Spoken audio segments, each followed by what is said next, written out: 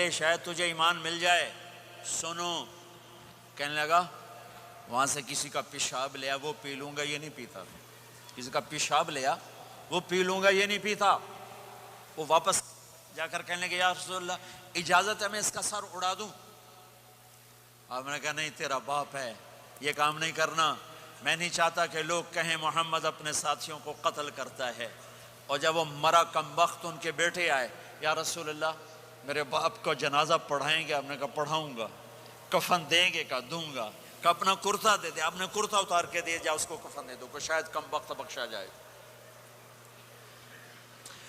ہے، اور اب اتنی نفرت ہے کہ ایک دوسرے کا جنازہ بھی نہیں پڑھتے، سلام بھی نہیں کرتے، مسجدوں میں لڑائیاں ہو رہی ہیں۔ آپ نے کرتا دیا، اس کو پہنایا، آپ جنازے کے لیے کھڑے ہوئے، حضرت عمر آگے آ گئے، یا رسول اللہ آپ کو پتہ یہ کون ہے؟ کہ عمر مجھے بتاتے ہو یہ کون ہے؟ مجھے نہیں پتا کون ہے۔ کہ اس کا آپ جنازہ کیوں پڑھ رہے ہیں؟ کہ اللہ نے کہا ہے پڑھ یا نہ پڑھ میں معاف نہیں کروں گا، تو میں پڑھتا ہوں شاید اللہ معاف کر دے۔ یہ میرے نبی کے اخلاق ہیں، یہ میرے نبی کے اخلاق ہیں، یہ میرے نبی کی خوبصورت زندگی ہے۔ آپ نے جنازہ پڑھا دیا، پھر اس کے دفن میں شریک ہوئے۔ آپ پیچھے پہنچے تو وہ قبر میں اتار دیا تھا کہ باہر نکالو۔ قبر سے باہر نکال کے اپنے لعاب تھوک کو منہ سے نکال کر اس کے منہ میں ڈالا کہ شاید اس کی بخشش ہو جائے۔ اس کو دیکھ کر 100 منافقوں نے کلمہ پڑھا کہ اتنا بڑا خلق صرف نبی کا ہی ہو سکتا ہے۔ تو میرے بھائی بہنوں، بہت بڑا مجمع آیا ہوا ہے۔ میرے نبی کی زندگی کا دوسرا پہلو، میرے نبی کی زندگی، معاشرت، پاکیزہ اخلاق، محبت بھرا پیغام، ماں باپ کے لیے، بیوی کے لیے، بیوی کا خامد کے لیے، بہن بھائیوں کا ایک دوسرے کے لیے، یہ ایک خوبصورت زندگی ہے جو آج ہم بھول چکے ہیں، مٹ چکی ہے، مٹا چکے ہیں۔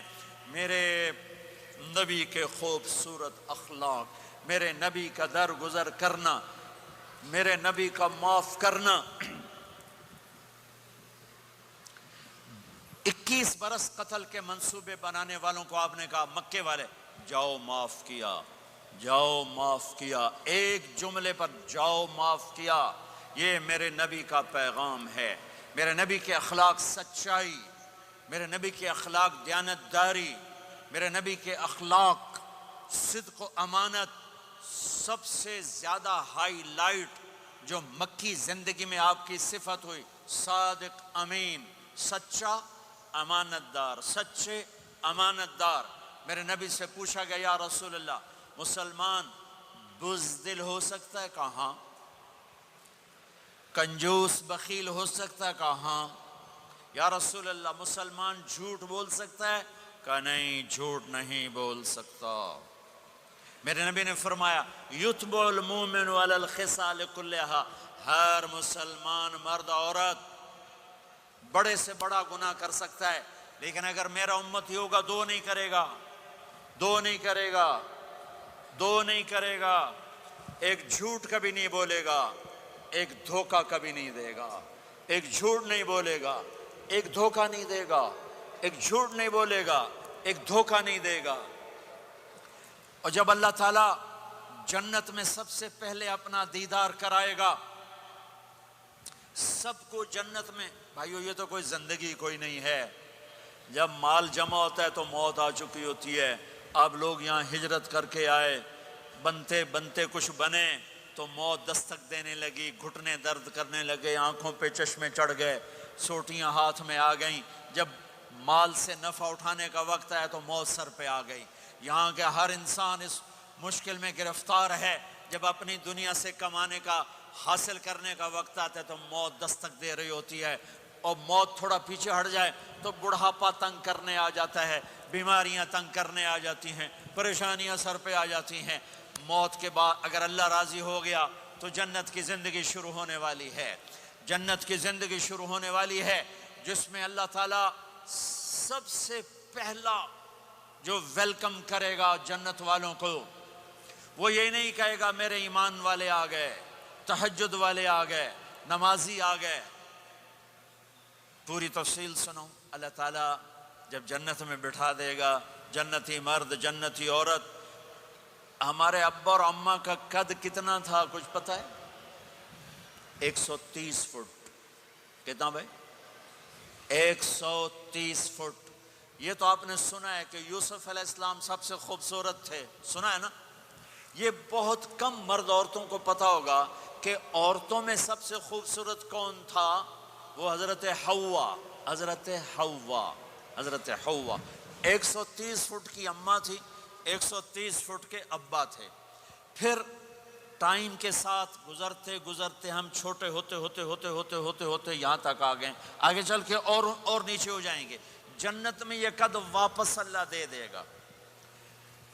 جو ہمارے ملک کا کلچر جنہیں یاد ہے انہیں یاد ہوگا، ایک قوم ہوتی ہے مراسی، پتہ ہے نا؟ مراسی سنا؟ بڑی نازک قوم ہوتی، صرف زبان کی روٹی کھاتے ہیں، کم کم کو نہیں کر دے. تو زمیندار نے مراسی کے ذمہ لگا، یہ میرا گھوڑا ہے، اس کی مالش کر. وہ گھوڑے کی مالش مشکل کام ہے. وہ شروع ہو گیا. جب زمیندار گھر گیا وہ سو گیا.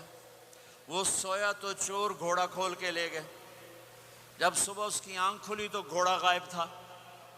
تو اس نے کہا ابھی مارے گئے، آج میری خیر نہیں. وہ گھر گیا، خرگوش لا کے باندھ کے مالش شروع کر دی. جب تھوڑی دیر بعد زمیندار باہر نکلا، اس نے کہا میرا گھوڑا کی دیکھے جی آئے کھلوتا ہے. اس نے کہا تیرا ستیہ ناس ہوئے، گھوڑا ہے وہ تو خرگوش ہے. صحیح گھوڑا ہے، ساری رات مالش کی تھی تو گھس گھس گھس گھس گھس گھس گھس اے آ کھلوتے. ہمارے اماں ابا تھے 130 فٹ. پیسج آف ٹائم گھستے گھستے گھستے یہ ہمارے قد آ گئے. جنت میں پھر اللہ واپس کرے گا 130 فٹ. ایک عرب نوجوان کہنے لگا اتنے قد کی کیا ضرورت ہے، ہمیں اتنا ہی کافی ہے. میں نے کہا تو یہ پتہ ہے جنت کی کھجور کتنی لمبی ہے؟ کھجور درخت نہیں، پھل دانا کا نہیں. میں نے کہا جنت کی کھجور 25 فٹ لمبی ہے. دانا 25 فٹ کا ایک دانا ہے. وَتَمْرَتُهَا 12 ذِرَاعًا. تو ہے 5 فٹ. تو کھجور کے نیچے سے گزرا، اوپر سے ایک دانہ تیرے سر کے اوپر گرا، تو تا وچے مر جاؤنا. پھر مسورات سے معذرت کے ساتھ جنت کی حور کا قد ہے 130 فٹ اور تو گیا 5 فٹ. وہ تو تجھے جیب میں ہی ڈال لے گی. پھر پوچھے میرا ہسبینڈ کدھر گیا ہے؟ اور وہ جو لباس پہنتی ہے، لباس وہ 3 میل کے ریڈیس میں گھومتا ہے. 3 مائل کے ریڈیس میں اس کا لباس گھومتا ہے.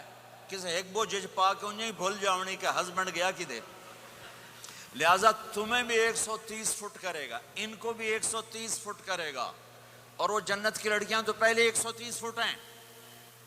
ام سلمہ نے پوچھا یا رسول اللہ جنت کی عورت کا درجہ بڑا ہے یا ایمان والی عورت کا؟ آپ نے کہا ایمان والی عورت کا. کہ وہ کیوں؟